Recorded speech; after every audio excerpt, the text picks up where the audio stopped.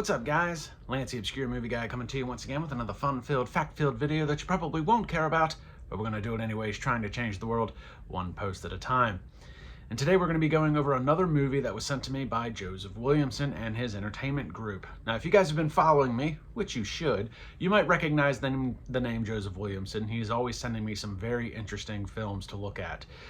In the past, most recently, we've done Flesh of the Unforgiven from Joe Hollow, Final Recovery with Harley Wallen, Beneath Us All, Ash and Bone, which are also Harley Wallen projects. And today we are going over another Harley Wallen project titled Finding Nicole. I will say, though, this is a bit of a departure from some of the other stuff that I've seen from Harley Wallen and Joseph Williamson. In the past, most of the films that I've reviewed for these guys have been a twist of horror with complex social issues, as I like to say. Beneath Us All showed a complex social issue with a foster family and a foster daughter going through some things with them personally while trying to get her life on track going to college, but also with a twist of horror with a vampire that's running around town killing people. In Ash and Bone, again, we have a stepdaughter and a stepfather that seem to be disconnected, a rebellious teen. Also, while dealing with some cannibalistic people in a small town while they're on vacation, very similar to like The Hills Have Eyes. Final Recovery, which was very good.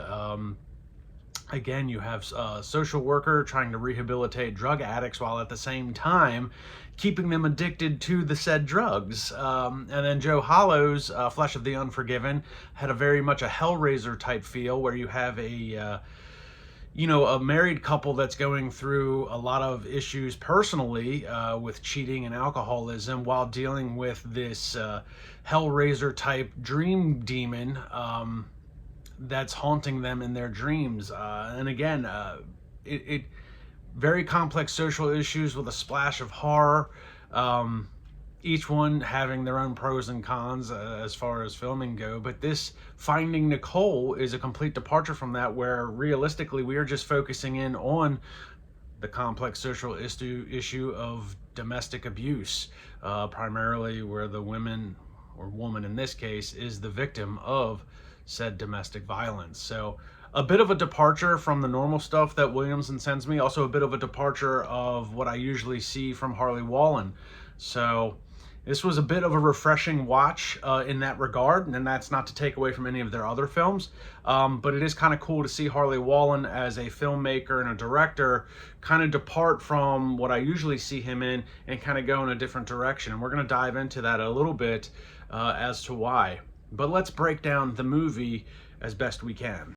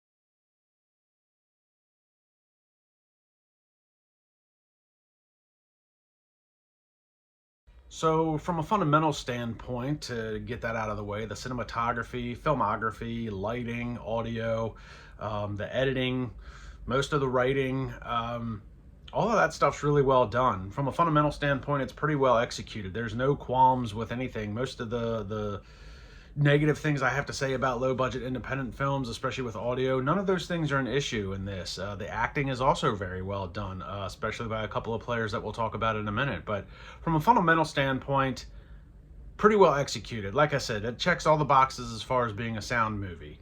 You know, like I said, cinematography's good, the filmography's good, filming quality, editing, sound, all that fun stuff checks the boxes, and everybody did an admirable job in those departments. So that, in that regard, knocked it out of the park. No problems there. As far as the plot goes, it focuses around the Beverlys, Nicole and Warren Beverly, and domestic abuse that spanned years in this case. And the film does a very good job of establishing Warren's disposition almost in the opening scene. It's very subtle, but in the opening scene, you can see he expresses some dominance over Nicole Beverly as they meet in high school or college at a track meet. But it's established subtly but very quickly his dominance in what is going to be the relationship. So that was pretty cleverly written in there.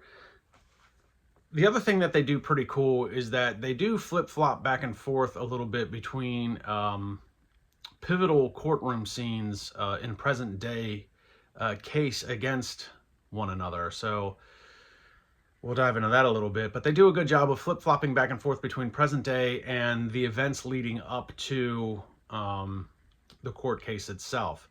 And in each one of those scenes, you know, we have like in the fall of 2015, or you have like fall of 2017 and like Halloween of 2018.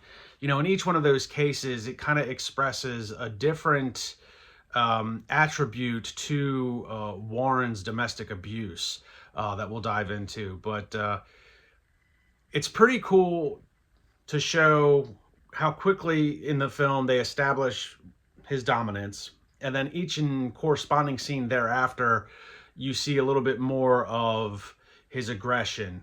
So like very shortly after that, they dive into like a bedroom scene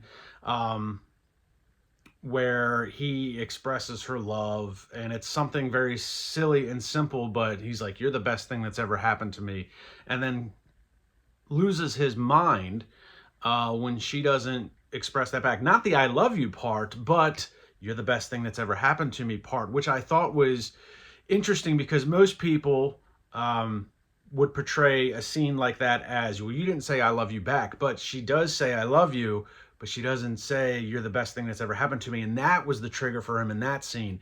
It was interesting to see how that, you know, in that scene there, so you've gone from his establishing his dominance in the first scene to this bedroom scene where this is going to show his mental instability and his narcissism. So, and that comes through very clear. Warren Beverly was played by a guy named Maury G, and Maury did an amazing job portraying this character, and I can imagine I'm sure he's not like this in real life. It's the signs of a good actor. But he was scary good in kind of flip-flopping from like being normal to kind of flipping on the switch and being this narcissistic, mental unstable guy that comes off extremely abusive in certain situations. So within the first 15 minutes of this film, they establish very easily and quickly and subtly his dominance, his mental instability, and his narcissism. And those are the three main things that kind of run through the course of this film. As we talked about the character Warren, you know, how quickly he can flip from being a loving father and husband to this narcissistic, abusive, you know, just monster. Now, Nicole Beverly is played by Katie Wallen, which is Harley Wallen's real life wife. Try and say that 10 times fast. And she does a really good job in this film, you know, playing this character that, you know, for the most part is not only going through some sort of physical abuse, but is also going through some sort of mental abuse. You know, walking on eggshells, never really knowing what's going to set him off. And she also has to try and tread lightly with, you know, him being in the house versus trying to get him out of the house, never really knowing what's really going to set him off. And it's I think in the fall of 2015 in the film, there's a breakfast scene where, you know, she makes breakfast for him and their sons, and he, you know, just some basic line of questioning, you know, why were you out last night? Did you go to the bar? Did you pick up a woman? Because, you know, he's smelling of alcohol and perfume, and, you know, apparently the alcoholism was something that he's been dealing with for quite some time, and they do establish this through like dialogue, which was pretty cleverly written. and it's at this point where, he starts to really show the physical abuse that's going to be portrayed in this relationship. And she's already kind of done with the mental abuse. She's already kind of over this whole mental escapade of trying to walk on eggshells, and she already wants to be done with this relationship. And then it gets physical. The irony here, and I have to bring this up only because I've watched Harley Wallen's projects. There is a scene during this where one of the sons comes in from outside with a baby bird. And he's like, the bird's hurt. We should try and take care of it. And Warren, the father's like, well, let me take a look at it. And then crushes it and kills it. And I'm like, okay. That's 2 movies now I've seen a monstrous father figure kill a baby bird. I just thought it was funny. That was something that was in Beneath Us All when Sean Whalen played the foster father in that film. Again, killed a baby bird that was hurt and needed to be taken care of. So I don't know if that's just a Harley Wallen thing. It did strike me as kind of ironic that that's 2 projects I've seen of his where that has happened. But getting back to the scene in and of itself, Warren kills this bird, sets the kid off. Kid starts crying, runs away to his room. Nicole is like, what the hell's wrong with you? And again, his narcissism comes through with, who are you to question me and how I deal with things? I pay for the house, I pay the bills, I work hard, and then beats her with 2 kids in the house. And that's really, that sets in motion she was already done being over this mental abuse, and now it's become physical. So this is definitely the catalyst in which, okay, we're definitely done at this point. We need to be separated. So it takes that next step into trying to get these 2 people apart and get him out of her life. So she needs to protect herself and protect the kids. And like I said earlier, there's a good back and forth in the film between present day court proceedings and the events that led up to the court proceedings. And in the first real genuine court proceeding that we have, again, they do a very good job of establishing a power dynamic. So you have Nicole and you have her female lawyer, played by Shantae Delon, and if I'm saying that wrong, I apologize. But there's female defendant and lawyer, and then there's Warren and his male lawyer, played by Sean Whalen. And then you have a male judge, played by Richard Tyson. Those are all the heavy hitters in the film, but it shows this power dynamic between male and female, male versus female, if you will, or in this case, female versus male, however you want to look at it. But it establishes a power dynamic and the struggles just in the court proceedings in that first, actual courtroom scene. And you get the impression that things are not going well for Nicole from this scene. And I'm not going to speculate on anything.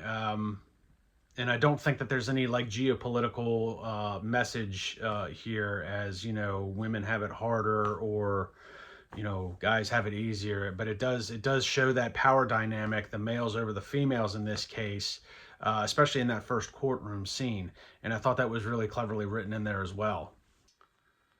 And basically what that boiled down to was one of the pivotal scenes in the film was fall of 2017, which is essentially a rape scene.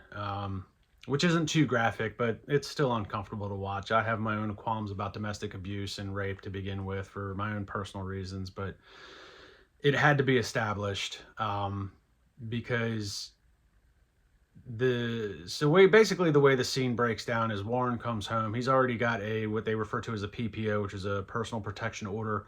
So he's not supposed to be, within 500 feet of her or the kids, but he shows up at the house. He shows up inside the house, and he tries to... The scene starts off innocently enough, but you already kind of know that it's going to be uncomfortable because he's there. He's not supposed to be. They go into the bedroom. He's already got his shirt off, and you kind of know, okay, well, this is already getting weird and uncomfortable. And Nicole does a good job of being like, well, this isn't happening. I'm not going to be a booty call, type scenario. You're not supposed to be here. And, she's like, you're already, half in the bag as it is. You've clearly been to the bar, where he tries to establish through his narcissistic ways, that he's been going to Alcoholics Anonymous. He's on step 9, so he's trying to apologize. And then it quickly turns into, again, with that narcissism about that this is his house. He's still paying for it. She is his wife. They're not divorced at this point. So, I mean, unfortunately, I think it's pretty common to see things like this portrayed, where basically the Warren in this case is treating her as a piece of property, and that he can do whatever he sees fit with her, and feels like that it's not what it is, because they're married, but it's still rape in that regard. I don't like using that word, but that's what it is. I mean, he rapes her. And like I said, the scene's not too graphic. It does enough to establish what's going on. It's uncomfortable enough to watch. But it had to be done. It was a pivotal scene that needed to be executed. And I think they executed it, I don't want to say tastefully, but it wasn't as graphic as it could have been. But it established enough to be like, this happened. You're watching it happen a little bit.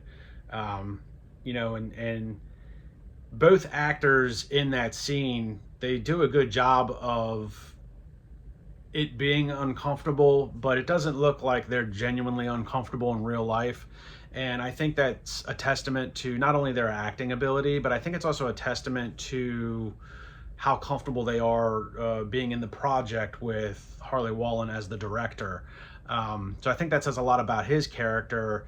They're comfortable enough to go through this, and he's doing a good enough job to not make it as uncomfortable as possible in reality, when in the movie it is very uncomfortable. I hope that's coming across right. And after that's established, a lot happens in this film within the first 30 to 45 minutes.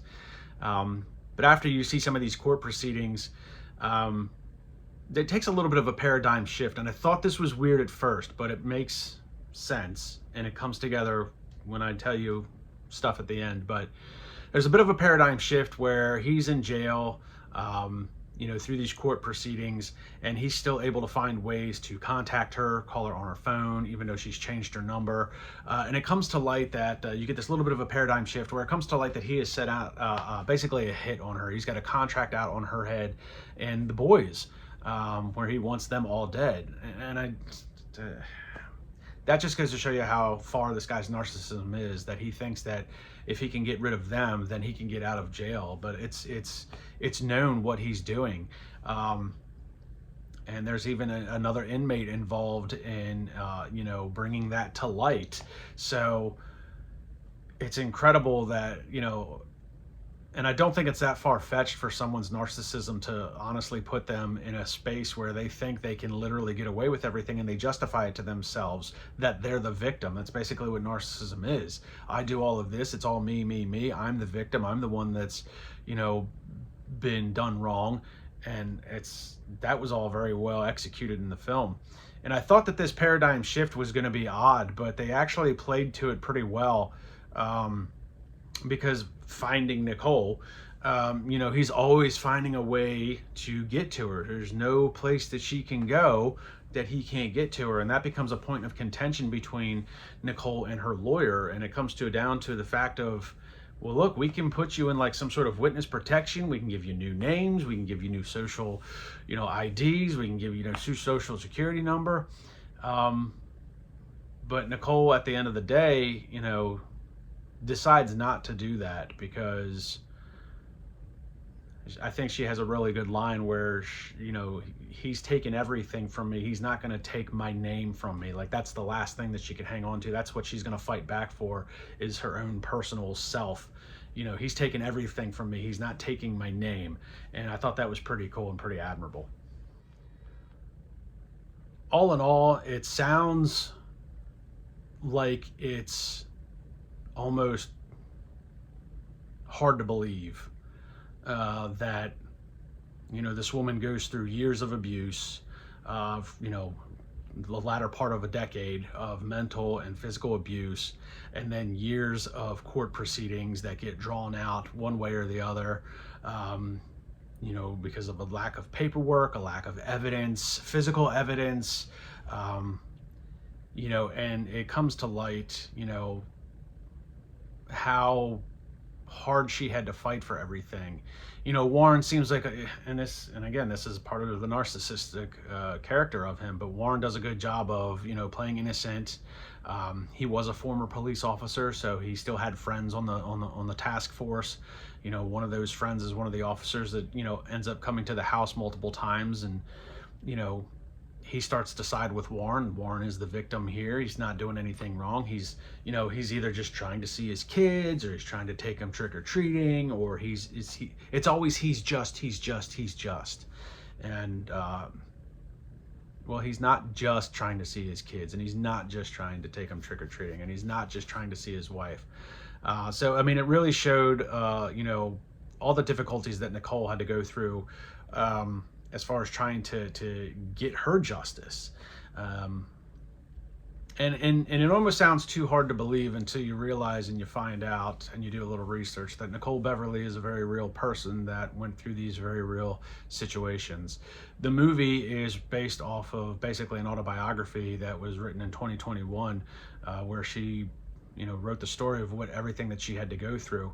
And then when you realize that and you watch the movie and you're like, it's insane, the amount of crap that people have to go through to try and get their justice, or to even just try and have done what should be righted. And I think, unfortunately, in today's society, that is criminal justice lawyers and criminal defense lawyers, especially the defense lawyers. The justice system, I understand you're supposed to be innocent until proven guilty. But I mean, there seems to be more and more cases anymore that even when somebody is guilty and it's plain as day, they're still protected. Like, we're protecting crime for some reason, and the victims don't get the necessary protection or justice that is needed or deserved. So I'm happy to say that Nicole Beverly is doing well these days. I mean, obviously the book came out, and mad props to Harley Wallen, kind of picking up the mantle and wanting to have this movie done. Again, says a lot about his character. The portrayals in the film, like I said, Maury G, who plays Warren, did an excellent job acting this character. Katie Wallen, like I said, is Harley Wallen's real life wife. She does an admirable job playing this victim, and she probably had the most complex character because she's the victim in a lot of these circumstances, doesn't really know how to stand up for herself, but needs to try and stand up for herself, but more importantly, try to protect the kids.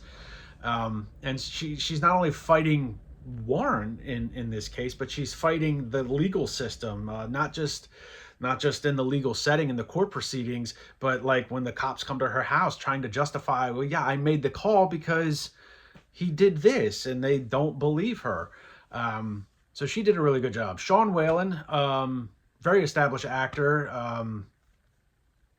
was in, is in a lot of stuff. He was in Twister, People Beneath the Stairs, but he was also in Beneath Us All, another Whalen project.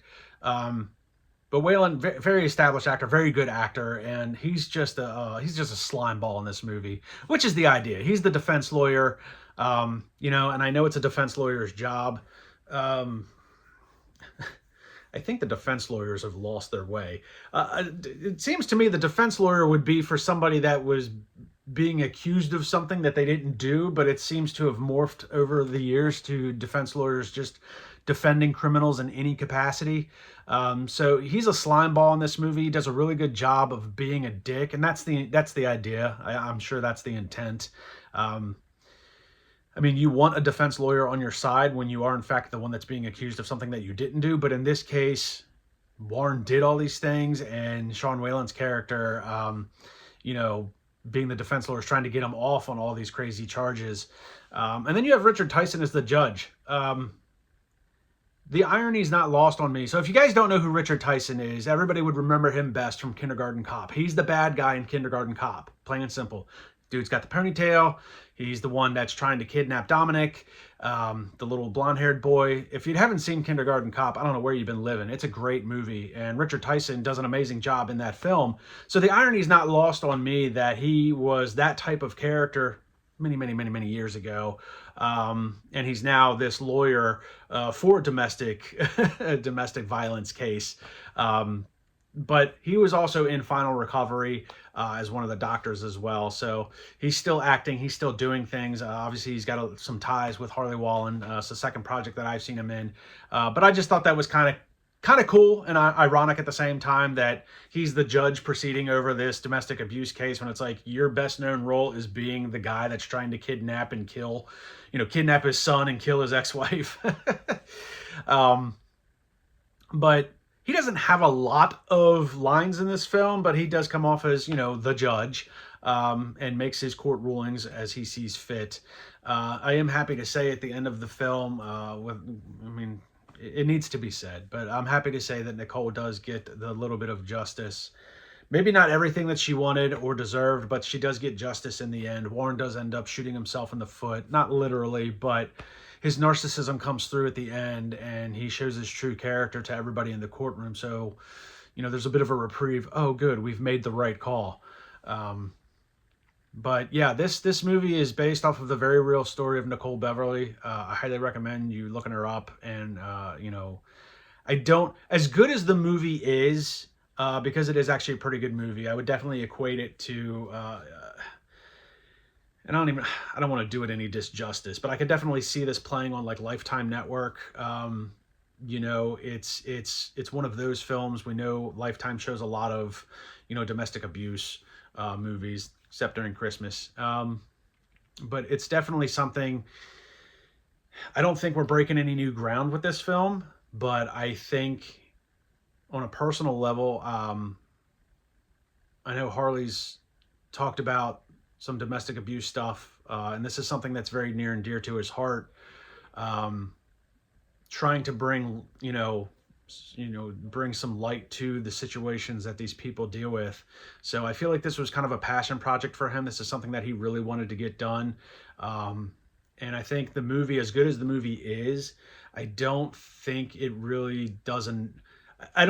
movie in this type scenario could really bring all of the details to light in which Nicole actually dealt with in real life. I've read some of the reviews on the actual book. And again, the book's very, is out in 2021.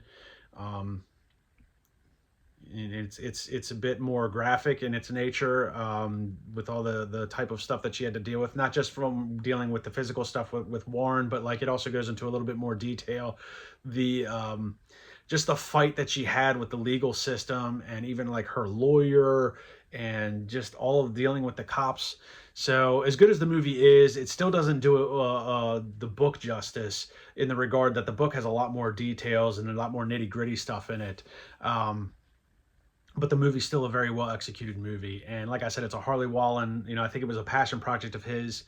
I highly recommend, and I talked about this before, but if you go to Film Talk with AJ Dean on YouTube, episode 134, she did it a couple months ago. It's about an hour-long episode. It's an interview with Harley Wallen, and he actually talks about and opens up about some of the personal stuff that he's had to struggle with and seen happen in regards to domestic abuse. And he does talk about this film in regards to why and how it came to light, why he wanted to get it done, how he managed to get it going, and stuff like that. So I highly recommend going and check that out. If you want more information on this film, that's a great place to go. Film Talk with AJ Dean. It's a podcast. Like I said, episode 134. She only did it a couple months ago.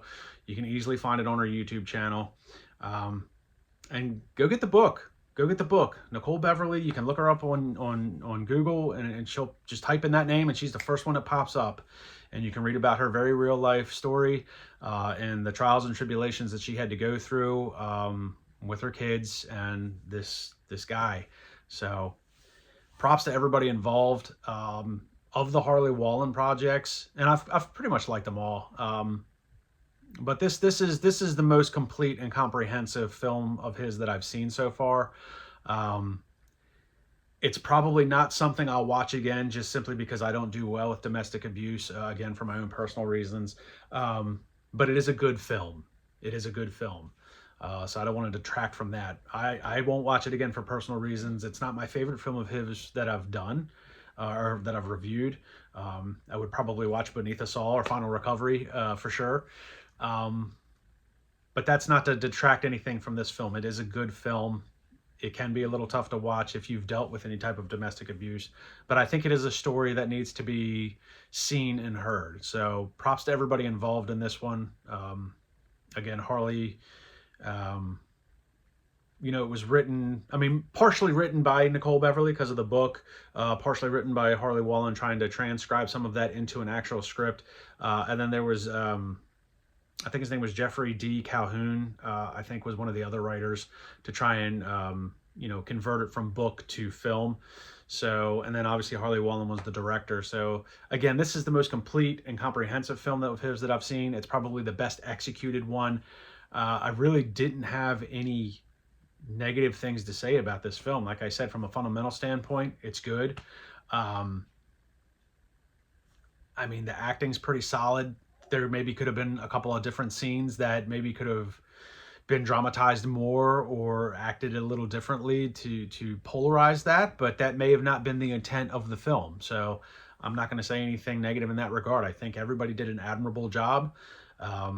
Sean Whalen, good slime ball, which says a lot about his acting ability, because I watched some of his like personal Facebook videos. I've come across some of interviews with him. Seems like a pretty genuine guy, which goes to show it's always the nicest guys that play the biggest dicks on screen, and then vice versa. If you play a really nice guy on screen, you're probably a dick in real life. Not saying anybody in particular, Alec Baldwin, but regardless of that, Sean Whalen did a great job being the slime ball, and again, everybody should be proud of this one. Everybody involved really did well on this one. So I know this video's run long, but I felt like it's some stuff in there that needed to be said. So if you stuck with me this long, I appreciate it. Give me a like, give me a follow. So like, subscribe, a comment to my YouTube channel. Go Finding Nicole and check it out. And again, go check out the interview with Harley Wallen from Film Talk with AJ Dean. You can follow her on Facebook. You can also follow her along on YouTube. And I'll see everybody in the next video.